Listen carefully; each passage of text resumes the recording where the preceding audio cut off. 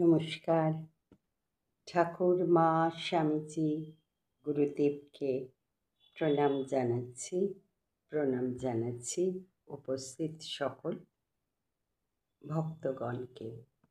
আজকে আমরা শ্রী শ্রী রামকৃষ্ণ কথামৃত থেকে পাঠ করছি।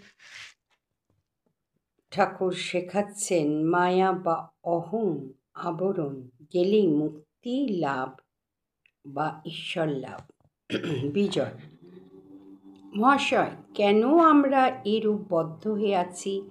কেন ঈশ্বরকে দেখতে পাই না? শ্রীরামকৃষ্ণে জীবের অহংকারই মায়া। এই অহংকার সব আবরণ করে রেখেছে। আমি মলে ঘুচিবে জঞ্জাল। যদি ঈশ্বরের কৃপায় আমি অকর্তা এই বোধ হয়ে গেল, তাহলে সে ব্যক্তি তো জীবনমুক্ত হয়ে গেল, আর ভয় নাই। এই মায়া বা অহং যেন মেঘের স্বরূপ।